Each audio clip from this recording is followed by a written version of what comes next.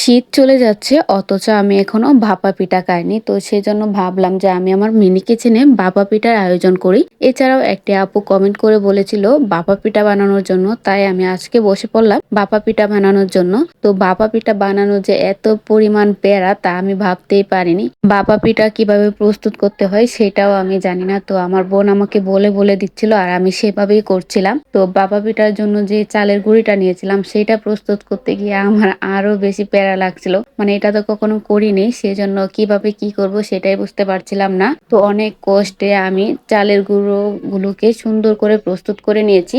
দেন এখানে আমি চিনি নিয়ে নিয়েছি, এটা হচ্ছে আখের চিনি। তো এখানে আমি একটা ওষুধের ক্যাপ নিয়ে নিলাম, মানে ওষুধের বোতলের যে ক্যাপগুলা হয় এটা একটু বড় সাইজ ছিল।